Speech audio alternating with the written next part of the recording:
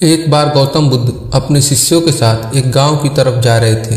तभी उन्होंने देखा कि एक युवक बेहद गुस्से में पहाड़ी की तरफ जा रहा है। बुद्ध उसे देखते ही समझ गए कि यह व्यक्ति या तो किसी की हत्या करने जा रहा है या फिर खुद आत्महत्या करने।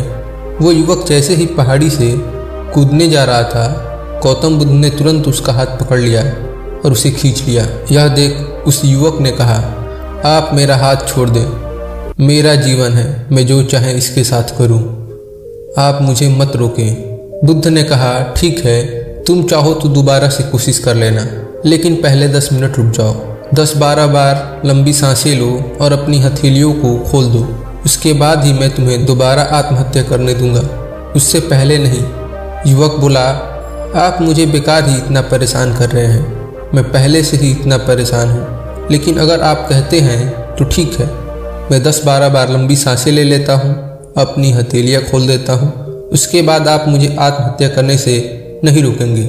उस युवक ने अपनी आंखें बंद की, 10-12 बार लंबी सांसें ली, अपनी हथेलियों को खोला और फिर धीरे धीरे अपनी आंखें खोली। फिर महात्मा बुद्ध ने कहा कि ठीक है, अब तुम जा सकते हो। वह युवक पहाड़ी की तरफ गया। उसने जैसे ही कदम आगे बढ़ाए, पहाड़ी के नीचे देखा, वो देखते ही पीछे हट गया और वापस जाकर बुद्ध से बोला, आप कौन हैं? आपसे तेजस्वी व्यक्ति मैंने आज तक नहीं देखा। अभी मेरे साथ क्या हुआ है, क्या आप मुझे समझा सकते हैं? कुछ वक्त पहले तो मैं इस पहाड़ी से कूद जाता, लेकिन अब एक भय उत्पन्न हो गया है। बुद्ध मुस्कुराए और बोले, जब तुम पहाड़ी से कूदने वाले थे तब तुम्हारे अंदर क्रोध था। क्रोध सोचने समझने की शक्ति को नष्ट कर देता है। हमारी बुद्धि उस वक्त काम करना बंद कर देती है। उस समय तुम फिर वो करते हो जो तुम्हारा मन कहता है। उस समय तुम क्रोधित थे, उस समय तुम्हारे मन में क्रोध था, तुम्हारा मन एक जगह नहीं था। उस समय तुम खुद को खत्म कर देना चाहते थे, लेकिन जब तुमने अपनी आंखें बंद करके लंबी सांसें ली, अपनी हथेलियों को खोला, तब तुम्हारा दिमाग और मन दोनों शांत हो गया और तुम्हारी नकारात्मक ऊर्जा सकारात्मक ऊर्जा में बदल गई, जिसके कारण तुम्हारी बुद्धि को नियंत्रण प्राप्त हुआ और तुम सही निर्णय लेने में सक्षम हो सके। युवक बोला, आप कौन हैं? बुद्ध ने कहा, यह जगत मुझे बुद्ध कहता है। युवक बुद्ध के चरणों में गिर गया और बोला कि हे बुद्ध, आप मुझे अपनी शरण में शामिल कर लें। मैं तो अपने पिता को सबक सिखाना चाहता था, इसलिए आत्महत्या करने जा रहा था। बुद्ध ने कहा कि आत्महत्या करके कोई इस शरीर के साथ कुछ भी नहीं कर सकता। जब तक हमारे पास यह शरीर है तब तक कुछ भी कर सकते हैं, लेकिन यदि यह शरीर ना होगा तो कुछ भी नहीं कर सकते। युवक कहता है, आप सही कहते हैं बुद्ध, लेकिन आप नहीं जानते, मेरे पिता ने मुझे बहुत अपमानित किया है। वह मुझे हर बात पर टोकते हैं। बचपन में वो मुझसे बेहद प्रेम करते थे। उसके बाद उन्होंने मुझे शिक्षा प्राप्त करने के लिए गुरुकुल भेज दिया। मैं हमेशा सोचता था कि मैं गहन अध्ययन करके उनका नाम रोशन करूंगा और मेरे पिता यह सब देखकर बहुत खुश होंगे। जब मैं शिक्षा पूरी करके वापस आया, तब मैंने अपने पिता को बताया कि मैंने सारे शास्त्र, वेद, उपनिषद कंठस्थ कर लिए हैं और मुझसे बड़ा ज्ञानी कोई नहीं है। तब वो खुश होने की जगह मुझसे कहते हैं कि अपने आप को ज़्यादा ज्ञानी होने के भ्रम में मत डालो, ना ही खुद में अहंकार लाओ। मैं तो उन्हें दिखाना चाहता था कि मैंने कितना गहन अध्ययन किया है। मैं बड़े बड़े शास्त्रार्थ में जाने लगा। सभी मेरे ज्ञान से प्रभावित होने लगे। सभी ने मुझे महान ज्ञाता माना, लेकिन मेरे पिता ने नहीं माना। वह मेरे शास्त्रार्थ के बीच पहुंच जाते और मेरे बताए गए ज्ञान में कुछ न कुछ कमी निकालते। सबके आगे मुझे अपमानित करते। वो मेरे साथ रहने वाले मित्रों को भी अपमानित करते, यह कहकर कि वो मेरा जीवन बर्बाद कर देंगे, क्योंकि वह मेरा साथ देते थे, मेरे ज्ञान की प्रशंसा करते थे। इसी कारण मैं समझ नहीं पाता था कि मेरे पिता मेरे साथ ऐसा क्यों कर रहे हैं। बाकी लोग तो मेरी काफ़ी प्रशंसा करते हैं। तब मेरे मित्रों ने मुझसे कहा, क्योंकि वो मेरे जितना ज्ञान अर्जित नहीं कर पाए, इसलिए वो मुझसे ईर्ष्या करते हैं। एक दिन मेरी उपाधियों के कारण मेरे मित्रों ने मुझे मदिरा पान कराया। यह बात मेरे पिताजी को पता चल गई। वो ढूंढते ढूंढते वहाँ पहुँच गए और मुझे वहाँ सबके सामने थप्पड़ मार दिया। मुझे बहुत अपमानित महसूस हुआ। तब मैंने यह तय किया कि मुझे मेरे पिताजी को सबक सिखाना है और मैं यहाँ आत्महत्या करने आ गया। क्योंकि एक पिता के लिए इससे बड़ा सबक क्या होगा जब वो अपने बेटे की अर्थी को उठाएंगे। तब उन्हें एहसास होगा कि उन्होंने क्या गलती की है। बुद्ध मुस्कुराए और बोले, एक बात बताओ, जो ज्ञान तुम्हें आत्महत्या करने के लिए प्रेरित करे तो वो ज्ञान किस काम का, वो कहाँ से अच्छा हुआ जो तुम्हें एक गलत काम को करने से नहीं रोक पा रहा। युवक ने कहा, आप सही कहते हैं बुद्ध, अब मैं खुद अज्ञानी सा महसूस कर रहा हूँ। आप मुझे अपनी शरण में ले ले, मैं आपसे ज्ञान प्राप्त करना चाहता हूँ। बुद्ध ने कहा, तुम मेरे साथ 4 दिनों तक रहना और उसके बाद अपने पिताजी के पास जाना। अपने पिता के घर तुम मध्य रात्रि के बाद जाना और बिना किसी हलचल के चुपचाप भीतर जाना, तब तुम्हें जीवन का सबसे पहला ज्ञान मिलेगा। वो युवक 4 दिनों तक बुद्ध के पास रहा और उसके अगले दिन पिता के पास चला गया। जब मध्य रात्रि वो घर पहुंचा तो उसने देखा कि उसकी माताजी बिस्तर पर बहुत बीमार पड़ी है और युवक के पिता से कहती है कि तुम्हारी शक्ति के कारण आज मेरा बेटा मुझसे दूर है। अगर तुम इतने सख्त नहीं होते तो आज घर छोड़कर नहीं जाता। वो युवक अपनी पिता की तरफ देखता है।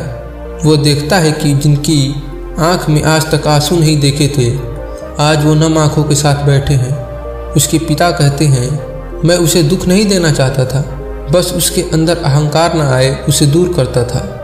इसीलिए उसके अंदर की कमियों को वहां जाकर बताता था, ताकि मुझे सुन कोई और भी उसे उसकी कमी बता सके और उसे अपने ज्ञान पर कभी घमंड ना हो। क्योंकि व्यक्ति का अहंकार उसे हमेशा ले डूबता है, लेकिन उस भीड़ में मेरे सिवा कोई नहीं होता था जो उसको उसकी गलतियों के बारे में बताए। तब मैंने तय किया मैं उसे उसकी गलतियों से अवगत कराऊंगा, लेकिन वह मेरी ना सुनकर हमेशा अपनी मित्रों की सुनता था। और एक दिन जब उसने मदिरा पान किया तब मेरा दिल दुखा। तब मुझे लगा कि शायद मेरी परवरिश में कोई कमी थी। मैं एक अच्छा पिता नहीं बन सका जो मेरे बेटे ने ऐसा किया। लेकिन तुम चिंता मत करो, मैं उसे कहीं से ढूंढ कर ले आऊँगा। जितना प्रेम तुम मुझसे करती हो उससे ज़्यादा मैं उससे करता हूँ। युवक की माता कहती है कि मैंने उसे हर जगह ढूंढा लेकिन वह कहीं नहीं मिला। मेरा मन कहता है कि यहाँ से कुछ दूर एक गांव में गौतम बुद्ध रुके हैं, वह जरूर वहीं होगा। तुम उसे वहाँ जाकर देखो। ये सारी बातें युवक वहीं खड़ा होकर सुन रहा था। उसकी आंखों में आंसू बह रहे थे। वो चुपचाप वहाँ से चला गया और गौतम बुद्ध के पास पहुँचा और बुद्ध से बोला, हे बुद्ध, अगर आपने मुझे उस दिन आत्महत्या करने से नहीं रोका होता, मुझसे कितना बड़ा पाप हो जाता। बुद्ध ने युवक से कहा, इस जीवन की सबसे बड़ी गलती आत्महत्या करना है। ये जीवन तुमने खुद नहीं लिया है, उसे तुम्हें दिया गया है, तो तुम्हें कोई हक नहीं कि उसे खुद से नष्ट करो। कल सुबह तुम्हारे पिता यहाँ वापस आएंगे। कल सुबह तुम उनके साथ जाकर उनके ऋण को उतारना। युवक ने कहा, हे महात्मा बुद्ध, मुझे मेरा सारा ज्ञान व्यर्थ ही लगता है। आप सत्यता को उजागर करते हैं। मैं आपके साथ रहकर आपसे ज्ञान प्राप्त करना चाहता हूँ। मुझे अपने संघ में शामिल कर ले। बुद्ध ने कहा, कल सुबह जब तुम्हारे पिता आएंगे तब तुम उनसे बातचीत करना और उनसे आज्ञा लेना, और तब तुम्हें लगे कि तुम्हें ज्ञान प्राप्त करने की ज़रूरत है तो संघ के दरवाजे सभी के लिए खुले रहते हैं। दोस्तों, आत्महत्या करना अस्तित्व का अनादर है। अस्तित्व ने तुम्हें विकसित होने के लिए जीवन का अवसर दिया। तुम इस अवसर को ही यूं ही व्यर्थ गवा देते हो, और जब तक कि तुम विकसित नहीं होते और विकसित होकर बुद्ध नहीं बन जाते, तब तक तुम जीवन में बार बार फेंके जाओगे। लाखों बार पहले भी यह हो चुका है। अब समय है, अब जागो, इस अवसर को चूको मत। देह सुंदर है, देह ने कुछ भी गलत नहीं किया। यह तो मन है जो असुंदर है। आत्मा भी सुंदर है, लेकिन देह और आत्मा के बीच कुछ है जो ना तो देह है ना ही आत्मा। यह बीच की घटना ही मन है। यह मन ही है जो तुम्हें बार बार गर्भ में घसीट लाता है। जब तुम मरते हो, यदि तुम आत्महत्या करते हो, तब तुम जीवन के बारे में ही सोच रहे होगे। आत्महत्या करने का मतलब है कि तुम जीवन के बारे में सोच रहे हो। तुम ऊब चुके हो, जीवन से थक चुके हो। तुम पूरा अलग ही जीवन चाहते हो, इसी कारण तुम आत्महत्या कर रहे हो। ना कि तुम जीवन के खिलाफ हो, तुम सिर्फ इस जीवन के खिलाफ हो। अभी जो तुम्हारा वर्तमान जीवन है उसके खिलाफ हो। हो सकता है कि जैसे तुम हो वैसा तुम नहीं चाहते हो सकता है कि तुम सिकंदर, नेपोलियन या हिटलर बनना चाहते हो सकता है तुम इस दुनिया का सबसे धनी व्यक्ति बनना चाहते हो, और तुम हो नहीं। यह जीवन असफल हो गया। तुम प्रसिद्ध होना चाहते थे, सफल होना चाहते थे, अब इस जीवन को तुम नष्ट कर देना चाहते हो। लोग आत्महत्या इसलिए नहीं करना चाहते कि वे जीवन में सच में थक गए हैं, बल्कि इस कारण करते हैं क्योंकि यह जीवन उनकी मांगें पूरी नहीं कर रहा। लेकिन कभी भी किसी की मांग जीवन पूरी नहीं करता है। तुम हमेशा कुछ न कुछ चूकते ही चले जाओगे। यदि तुम्हारे पास धन है, पर हो सकता है तुम सुंदर न हो। यदि तुम सुंदर हो तो हो सकता है कि तुम बुद्धिमान न हो। यदि तुम बुद्धिमान हो, पर हो सकता है कि तुम्हारे पास धन न हो। और हो सकता है कि कोई हर चीज़ पाले, तब भी यह कैसे मदद करेगा? तुम अतृप्त रहोगे। हर जीवन में यही बातें दोहराई जाती हैं। देह बदल जाती है लेकिन दिशा वही रहती है। लोग सोचते हैं कि जो आत्महत्या करते हैं वे जीवन के खिलाफ है।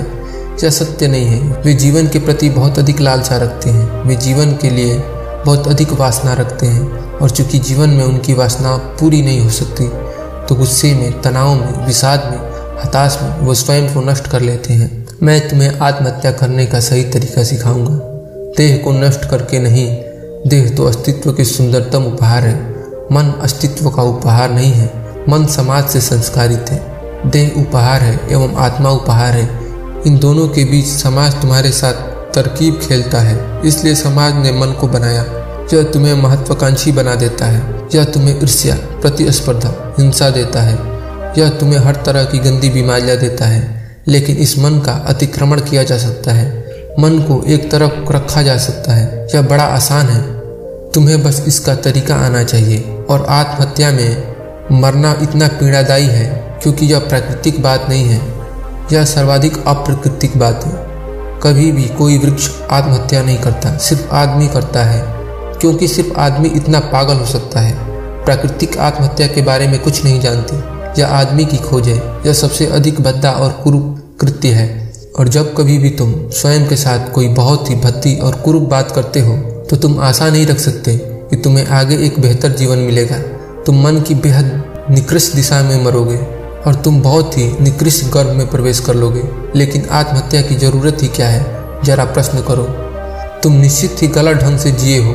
इसी कारण जीवन एक सुंदर गीत नहीं बना। तुम निश्चित ही मूर्खतापूर्ण ढंग से जिए हो, मूढ़तापूर्वक, अज्ञानी की तरह।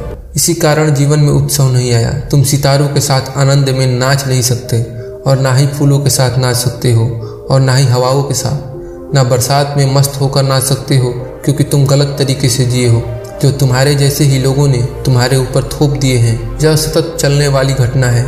मूर्खता स्वतः सतत चलती रहती है। माता पिता अपने बच्चों को अपनी मूर्खता दिए चले जाते हैं, और यही बच्चे अपने बच्चों को वे सारी मूर्खताएं सौंप देते हैं। यह वंशानुगत विरासत है।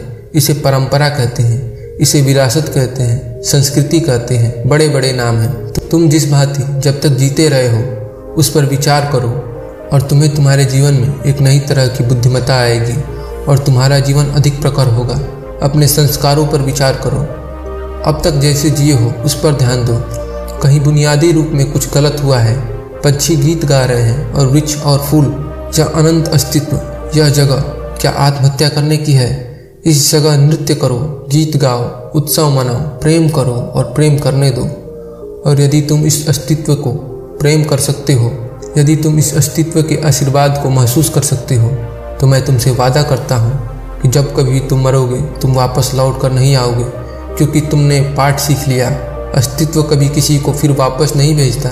यदि उसने जीवन का पथ सीख लिया हो, यदि तुम आनंदित होकर सीख लेते हो, तुम स्वीकार्य होगे, तब उच्चतर रहस्य के लिए तुम्हारे द्वार खुल जाएंगे। तब जीवन के अंतरतम रहस्यों में तुम्हारा स्वागत होगा। इसे ही मैं असली आत्महत्या कहता हूँ।